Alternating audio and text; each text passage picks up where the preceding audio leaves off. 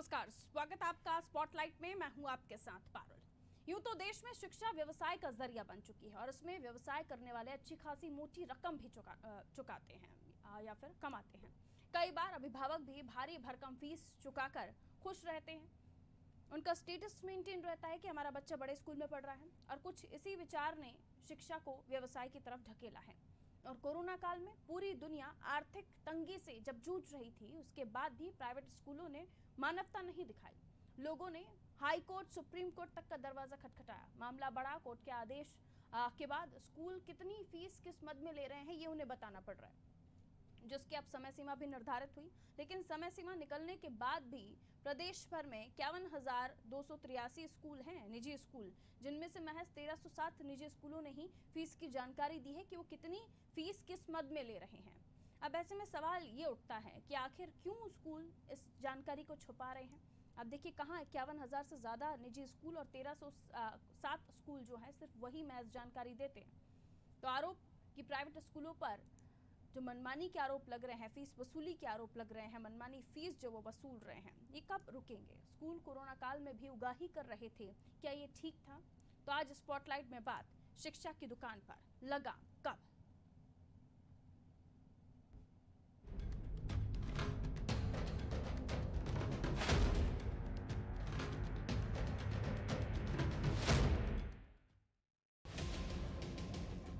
Corona काल में काफी कुछ प्रभावित हुआ, लेकिन सबसे ज्यादा प्रभावित हुई शिक्षा। बच्चे पूरे 2 साल लगातार स्कूल नहीं जा पाए और अब दोबारा स्कूल खोले गए हैं। लेकिन स्कूल खुलते ही प्राइवेट स्कूल्स की मनमानी चरम पर है।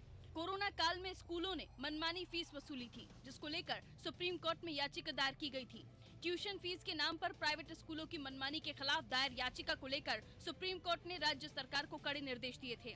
सुप्रीम कोर्ट के निर्देशानुसार स्कूल संचालकों को बताना था कि कोरोना काल के दौरान वो पहली से लेकर 12वीं तक के छात्रों से कितनी और किस मद, जैसे कि खेलकूद, वार्षिक कार्यक्रम, लाइब्रेरी और सांस्कृतिक एक्टिविटी समेत अन्य तरह की फीस ले रहे हैं। पूरी जानकारी राज्य के शिक्षा विभाग को देनी थी, जिसके बाद निर्देशानुसार शिक्षा विभाग को पूरी जानकारी लेकर ऑनलाइन जमा करनी थी। सुप्रीम कोर्ट ने हाई कोर्ट के स्कूलों को सिर्फ ट्यूशन फीस लिए जाने के पहले के आदेश को लेकर ये आदेश दिया था। लेकिन मध्य प्रदेश में अभी तक केवल 3% स्कूलों ने ही आधा अधूरा फीस का ब्यौरा दिया है।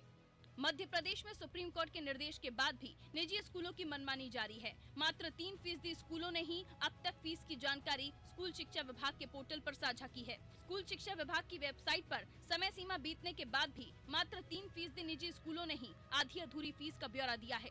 प्रदेश सरकार ने निजी स्कूलों की जानकारी न साझा करने पर सुप्रीम कोर्ट से अब 6 सप्ताह का समय मांगा है। प्रदेश भर में 51,283 निजी स्कूलों में से महज 1,307 निजी स्कूलों ने ही फीस की जानकारी दी है। इंदौर में 3,084 स्कूलों में से सिर्फ 7 स्कूलों ने ही जानकारी दी है। भोपाल में 2,496 स्कूलों में से मात्र 93 स्कूलों ने ही फीस जानकारी साझा की है। फीस की जानकारी सार्वजनिक करने के लिए निजी स्कूलों को 3 सितंबर 2021 तक का समय दिया गया था। समय सीमा बीत जाने के बाद भी निजी स्कूलों ने फीस की जानकारी सार्वजनिक नहीं की है। सुप्रीम कोर्ट ने मध्य प्रदेश के स्कूल शिक्षा विभाग को 2 सप्ताह का समय दिया था, जो बीत गया। निजी स्कूलों को फीस की सारी जानकारी 2 सप्ताह के भीतर सुप्रीम कोर्ट को देनी थी। तय समय सीमा 4 सितंबर 2021 के बाद भी निजी स्कूलों ने स्कूल शिक्षा विभाग के एजुकेशन पोर्टल पर जानकारी सार्वजनिक नहीं की है। 8 दिन का समय बीतने के बाद भी मात्र 3% स्कूलों ने ही फीस की आधी अधूरी जानकारी पोर्टल पर अपलोड की है। जबकि सुप्रीम कोर्ट ने अपने आदेश में साफ कहा था कि कक्षा पहली से लेकर कक्षा 12वीं तक के छात्र छात्राओं से कितनी और किस मद निजी स्कूल फीस ले रहे हैं। ये पूरी जानकारी निजी स्कूलों को सार्वजनिक करनी होगी। अब सुप्रीम कोर्ट में निजी स्कूलों की सारी जानकारी देने को लेकर प्रदेश सरकार ने 6 सप्ताह का समय मांगा है। सुप्रीम कोर्ट ने अब स्कूल शिक्षा विभाग को 6 सप्ताह का समय दे दिया है। लेकिन ऐसे में सवाल ये कि आखिर कब तक निजी स्कूलों की मनमानी चलेगी, आखिर कब लगेगी शिक्षा की दुकान पर लगाम। ब्यूरो रिपोर्ट, अनादि टीवी।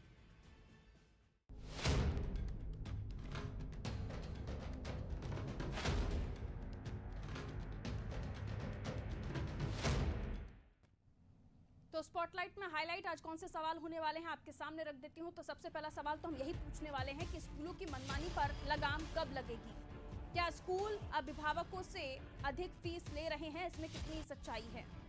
शिक्षा कैसे कमाई का जरिया बन गई? क्योंकि अब तक हमने शिक्षा को बच्चों के विकास के लिए ही चुना था, लेकिन अब ये व्यावसायिक हो चुकी है। कोरोना काल में प्राइवेट स्कूलों में लूट मची हुई थी, उसके पीछे कौन जिम्मेदार है?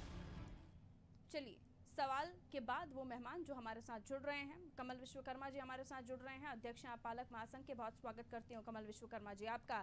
प्रियानंद साहब हमारे साथ जुड़े हुए हैं। प्रियानंद जी माफ कीजिए, हमारे साथ जुड़ी हुई हैं, आप अधिवक्ता हैं। बहुत स्वागत करती हूँ प्रियानंद जी आपका। और जवाहर सूरी शेट्टी जी शिक्षाविद हैं, हमारे साथ जुड़े हुए हैं। शेट्टी साहब बहुत स्वागत आपका भी अनादि टीवी पर। हमारे साथ जो मेहमान जुड़े हुए हैं उनमें कमल विश्वकर्मा जी हमारे साथ स्टूडियो में पधारे हुए हैं। आप एक बार फिर से स्वागत करते हो कमल विश्वकर्मा जी, और आप ही से शुरुआत करूंगी। इन दिनों जो हमने देखा कि जो समय अवधि थी 4 तारीख, तब तक जो स्कूल्स हैं उनको अपनी तमाम जानकारी, किस मद में वो कितनी राशि ले रहे हैं, ये कोर्ट के सामने रखनी थी वेबसाइट या वेब पोर्टल के माध्यम से। जो प्रोसेस था कि राज्य को ये जानकारी देनी थी, शिक्षा विभाग को ये जानकारी देनी थी। अब सवाल ये है कि वो जानकारी पहुंची ही नहीं है। महज 51,000 से ज़्यादा स्कूल निजी स्कूल हैं मध्य प्रदेश में, और 1307 कुल स्कूलों ने इस मामले में जानकारी दी है। बाकी स्कूलों ने क्यों नहीं दी? क्या वाकई वो बच रहे हैं, बताने में डर रहे हैं? आप कैसे देखते हैं? देखिए, मध्य प्रदेश में सबसे पहले मैं ये जानकारी देना चाहूँगा, मध्य प्रदेश में स्कूल शिक्षा विभाग बिल्कुल भी गंभीर नहीं है। और पिछले 7 वर्षों से हम लगातार इस क्षेत्र में कार्य कर रहे हैं। पिछले 4 दिसंबर 2019 को मध्य प्रदेश शासन को हाई कोर्ट ने आदेश दिया था और एक कानून पारित हो दिया, फीस रेगुलेशन एक्ट। आज दिनांक तक मध्य प्रदेश के शिक्षा विभाग की ढोल और पोल, जो जिसको कहें, इतना ढीला रवैया देखा, अभी तक वो पोर्टल तैयार नहीं कर पाए। और आज अगर 51,000 स्कूल मध्य प्रदेश में निजी स्कूल हैं, और जिसमें से अगर हमारे 3% स्कूलों ने अगर जानकारी दी, तो मध्य प्रदेश सरकार ने शिक्षा पर ध्यान दे ही कब रही है? मध्य प्रदेश सरकार सिर्फ और सिर्फ निजी स्कूलों के दबाव में काम कर रही है। शिक्षा विभाग के माननीय मंत्री महोदय जी कभी कभी इतने गैर जिम्मेदाराना बयानबाजी करते हैं, जो हम टीवी चैनल के माध्यम से देखते हैं, उनके समाचार पत्रों के माध्यम से देखते हैं। तो सबसे पहले तो मेरा मध्य प्रदेश सरकार के माननीय यशस्वी माननीय मुख्यमंत्री महोदय जी से निवेदन है कि सबसे पहले तो स्कूल शिक्षा विभाग के मंत्री जी का प्रभार किसी और मंत्री जी को दिया जाए, क्योंकि मध्य प्रदेश के 60 साल में आज पहली बार ऐसा हुआ है कि जो एक कैबिनेट मंत्री होता थे, लेकिन आज हमारे यहाँ स्कूल को राज्य शिक्षा मंत्री जी को स्वतंत्र प्रभार दिया है। और आज जिस तरह से जो दुकानदारी चालू हुई है, शिक्षा का व्यवसायीकरण, जो आज दुकान जिस तरह से इन्होंने बाजार लगा दिया है मध्य प्रदेश के अंदर, शिक्षा विभाग में अगर आप किसी भी जिले के अंदर कोई अभिभावक अगर इनको शिकायत करने जाता है, तो इनका जिला शिक्षा अधिकारी एक भी स्कूल पर कार्रवाई करने के लिए सक्षम नहीं है। तो ये कौन सी व्यवस्था है? हम लोग आम नागरिक कहां जाए, किसके पास जाए? शिक्षा विभाग टोटल मध्य प्रदेश का फेल है। पिछले 7 वर्षों से लगातार हम लोग उच्च न्यायालय, सुप्रीम कोर्ट के माध्यम से अगर सरकार से ये कानून बनवा रहे हैं, तो कहीं ना कहीं सरकार की जिम्मेदारी नहीं बनती है कि मध्य प्रदेश के अभिभावकों के लिए इस तरह का कार्य किया। आज मध्य प्रदेश में जो कि फीस रेगुलेशन एक्ट बनने के बाद आज तक उसका पोर्टल नहीं बना। जो दूसरी बात यह है कि पिछली साल कोरोना काल में 16 मई 2020 को माननीय मुख्यमंत्री महोदय जी और उच्च न्यायालय का आदेश, सुप्रीम कोर्ट का न्यायालय एवं सीबीएसई की गाइडलाइन ने कहा कि जो 2019 और 20 की फीस है, उसके आधार पर अभिभावकों को कोरोना काल में फीस देना है। लेकिन आज इतनी सारे स्कूलों ने अपने सारे मद जोड़कर और फीस वसूली जा रही है। नियम तो यह भी है कि अगर फीस नहीं भरे तो किसी बच्चे को आप ऑनलाइन से नहीं निकाल सकते, आप उसको किसी भी तरह आप परीक्षा से वंचित नहीं कर सकते, आप उसकी मार्कशीट नहीं रोक सकते। अगर कहा जा तो आज सरस्वती भैया को बेचने का जो प्रयास मध्य प्रदेश सरकार और निजी स्कूलों ने किया है, इस तरह से आज सरस्वती भैया क्या मानवता चली गई। आज हमारे कोरोना काल में हर तरह की फीस वसूली जा रही है। आज में वो शिकायतें आती हैं पालक महासंघ में, ऐसे ऐसे अभिभावक बेचारे इतने दर्द भरे जब किस्सा सुनाते हैं और स्कूल विभाग मौन बैठा है। आज जिला शिक्षा अधिकारी भोपाल में आज तक इतनी सैकड़ों शिकायत देने के बाद भोपाल के जिला शिक्षा अधिकारी सार्वजनिक मंच पर बोले आकर कि मैंने इस स्कूल पर यह कार्रवाई की है।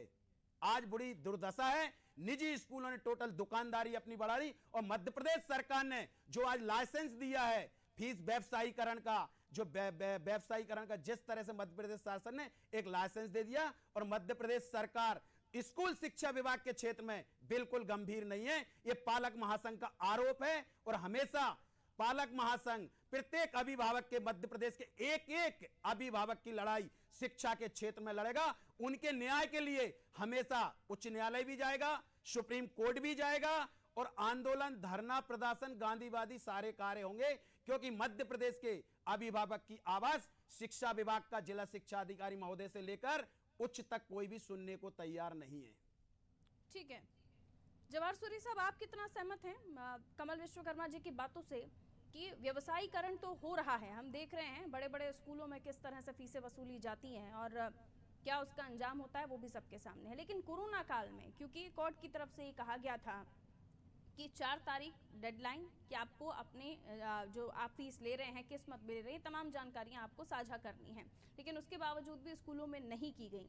अभी हमें बताया कमल जी ने कि हालात बहुत बेकार हैं, बहुत सारे ऐसे पेरेंट्स हैं जो उनके पास पहुंचते हैं अलग अलग तरह की शिकायतें लेकर, स्कूल किसी भी तरह से मानते नहीं। और हम कई बार जब हम कोरोना में बच्चे जो स्कूल जा रहे थे, स्कूल खुल रहे थे, उसको लेकर भी हम चर्चा कर रहे थे, तो जो प्राइवेट स्कूल एसोसिएशन के लोग हैं या जो प्रतिनिधित्व कर रहे हैं, उनका ये बताना है सर कि हमने बहुत कम फीस कर दी है, हम बहुत कम फीस ले रहे हैं, ये बातें भी वो रखते हैं। उसके अलावा ये बातें भी वो रखते हैं कि बच्चों का स्कूल जाना बेहद ज़रूरी है। अब बच्चे स्कूल जाने लगे हैं, किस तरह से आप देख रहे हैं शिक्षा को, क्योंकि हम चाहते हैं कि आपके माध्यम से हमारे दर्शकों को ये पता चले कि आने वाले समय में हम शिक्षा, बच्चों को शिक्षा के मंदिर में भेज रहे हैं, ना कि ऐसी जगह जहां पर सिर्फ कमाने के बारे में सोचा जाता।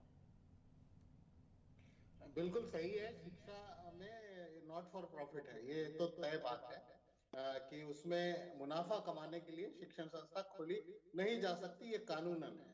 दूसरी बात यह है, अगर सुप्रीम कोर्ट ने कोई चीज मांगी है और उस जानकारी मध्य प्रदेश शासन अगर नहीं ले पाई है स्कूलों से, तो जब भी कोई सीबीएसई स्कूल मध्य प्रदेश में खुले या कहीं पे भी खुले, तो राज्य सरकार का एनओसी उसमें लगता है, जिसमें लिखा रहता है कि आप सभी जानकारी समय समय पर उपलब्ध कराएंगे, ये उनका राइट है, ये राज्य शासन ले सकता है जानकारी।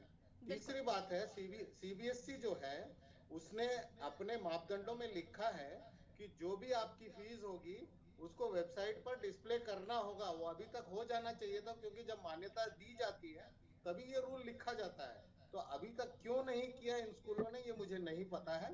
हाँ, लेकिन ये कानूनन जुर्म है कि आप अपनी वेबसाइट पर फीस नहीं दिखा रहे हैं शुरुआत से।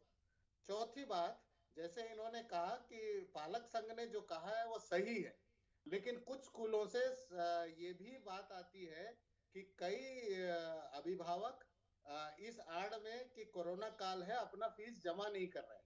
अगर आपको लगता है पालक संघ को कि सिर्फ ट्यूशन फी देना चाहिए, तो कम से कम अपने पेरेंट्स से यह आग्रह करें कि जो ट्यूशन फी है उतना जमा करें, क्योंकि स्कूल में भी कुछ शिक्षक कार्यरत हैं जिनको तनख्वाह पूरी नहीं मिल रही होगी। और ये शिकायत कई जगह से है कि प्राइवेट स्कूलों में कई जगह फीस नहीं आने की वजह से शिक्षक के बारे में भी उतना ही सोचना जरूरी है। लेकिन ये जरूर ये बात कही जानी चाहिए कि अगर सुप्रीम कोर्ट ने कोई जानकारी मांगी है और नियत तिथि में मांगी है और पिछले साल की जानकारी मांगी है, ये नहीं कि हमको कुछ गुणांक करना है, इस साल की जानकारी है, तो बिल्कुल वो तैयार होना चाहिए। और अगर कोई छुपाने वाली बात नहीं है तो देने में क्या हर्ज है, तो देने में क्या हर्ज है, लेकिन हर्ज है इसलिए छुपा रहे हैं, ये बात अपने आप में है। लेकिन कोर्ट तक ये मामला चला गया है प्रियल जी, और उसके बाद कोर्ट की तरफ से इस मामले में आदेश की पोर्टल पर आपको जानकारियां साझा करनी होंगी। अब 6 हफ्ते और का समय मांगा गया है राज्य सरकार की तरफ से और मिल भी गया है। लेकिन सवाल ये कि ये जो बिजनेस चल रहा है ये कब तक चलता रहेगा? क्या हमारे लॉ में, हमारे संविधान में ऐसी चीज़ें नहीं हैं कि अगर कोई इस तरह से हमारी आंखों के सामने ये पूरा व्यवसाय चला रहा है तो हम उसे रोकने के लिए कोई कदम उठा पाएं? बिल्कुल अरुण जी, मैं आपकी बात से काफी ज्यादा सहमत रखती हूँ। देखिए, सबसे बड़ी बात यह है कि सुप्रीम कोर्ट ने सबसे पहले यहाँ पे एक निर्देश दिया है, जिसकी कहीं ना कहीं मध्य प्रदेश सरकार को पालन करनी चाहिए। और सबसे पहले इनकी आंकड़े अगर देखी जाए तो इन्होंने जिस हिसाब से जितने फीसदी में स्कूल है मध्य प्रदेश के अंदर, उतनों में इन्होंने आंकड़ों के हिसाब से अभी तक कई बहुत कम स्कूल हैं जो कि अपनी आंकड़े अभी तक पोर्टल पे दिखाई गई है। मैं विश्वकर्मा जी की बात से काफी ज्यादा सहमत रखती हूँ इस चीज पे।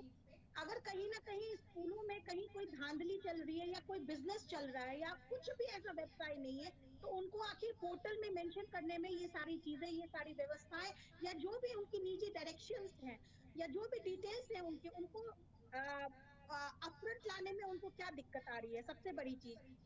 रही बात जवाहर जी ने एक बहुत अच्छी चीज कही शिक्षा के बारे में और शिक्षक के बारे में, तो मैं ये समझती हूँ कि आज भी हमारे लॉ के अंदर ऐसे प्रावधान हैं, अगर शिक्षकों को कहीं ना कहीं तकलीफ हो रही है उनके व्यवसाय में या उनको अगर कहीं ना कहीं उनके महीनों के तनख्वाह में उनको प्रॉब्लम आ रही है, तो शिक्षक बकायदा अपने स्टेट प्रोविजन के अंदर वो रिट फाइल कर सकते हैं अपने स्टेट हाई कोर्ट के अंदर और बकायदा अपनी परेशानियां कोर्ट के आगे अपनी तब्दील कर सकते हैं।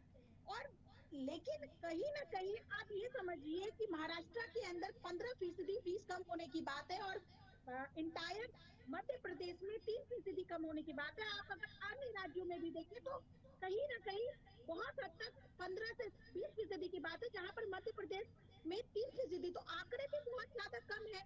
आप हम ये समझ रहे हैं कि कोर्ट की बात, आप ये समझिए एक आम इंसान, एक गार्जियन अपने बच्चों को पढ़ाने के लिए, जहां पेंडेमिक में कहीं बहुत सारे रिसेशन चल रहे हैं, बहुत सारे गार्जियंस प्राइवेट जॉब में हैं, उनकी सैलरी कट हो रही है, बहुत सारी चीजें हैं, बहुत सारी व्यवस्थाएं हैं जिनको उनको देख करके अपने बच्चों को आगे अपने स्टडीज को वो कंटिन्यू करवाना चाह रहे हैं। तो कहीं ना कहीं स्कूलों को भी आने वाली चीजों को, आने वाले रुख को समझना चाहिए और बहुत सारी चीजों में उनको सिर्फ ट्यूशन फी के हिसाब से ही एक नॉमिनल फी अभी लेनी चाहिए। आप एक्स्ट्रा करिकुलर का फी ना ले, आप बसेस के फी ना ले। ऐसे बहुत सारे स्कूलें हैं जिसमें हमने भी देखा है कि बच्चों को अभी भी एक्स्ट्रा करिकुलर की फीस पे करनी पड़ रही है, हमारे घर के बिल्कुल। बच्चों को भी, क्योंकि वो बहुत बड़े बड़े स्कूल्स में है, लाइक काफी हाई हाई प्रोफाइल स्कूल्स में।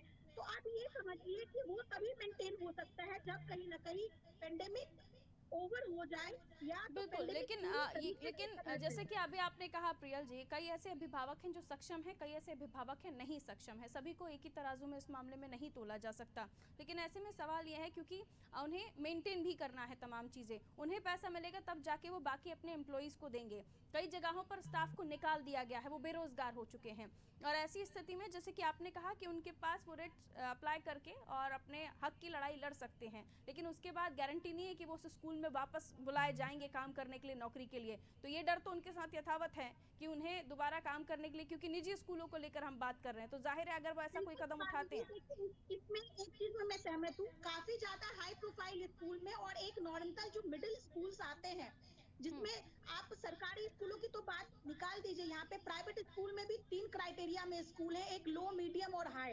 आप अगर बिल्कुल। ये समझे तो हाई स्कूलों में आज भी अगर देखा जाए तो उच्च वर्गीय जितने भी गार्जियंस हैं वो आज ये चीजें मेंटेन करें, लेकिन मध्य वर्गीय जो परिवार हैं उनको आज भी अपना घर का खर्चा चलाने में बहुत ज्यादा दिक्कतें आ रही है, बहुत बहुत तकलीफ चीजें होती को है। फेस करनी पड़ रही है। तो ऑफकोर्स ही बात है, वो ये भी चाहेंगे कि हमारे बच्चे की जो शिक्षा है वो एक अनुकूल के तौर पे नियमित रूप से उसको चलता चलती रहना रहे। चाहिए पूर्णतः तरीके से।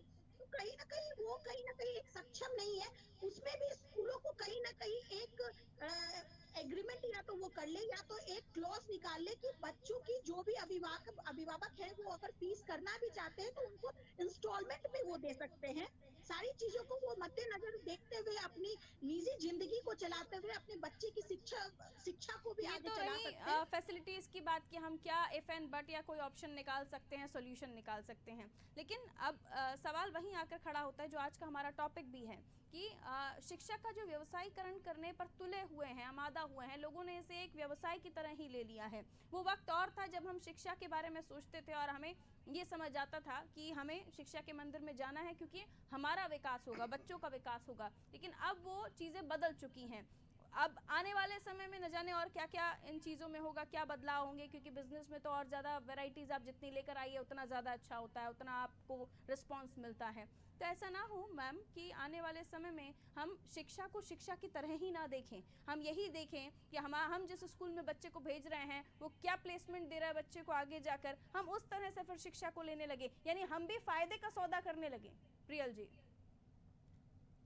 पारुल जी, बिल्कुल सहमत रखती हूँ आपकी इस बात से। कहीं ना कहीं एक चीज इस चीज में बताना चाहूंगी कि ऐसा नहीं है कि आज शिक्षा के पैदान पे आने वाले टाइम में इसका व्यवसाय आगे बढ़े।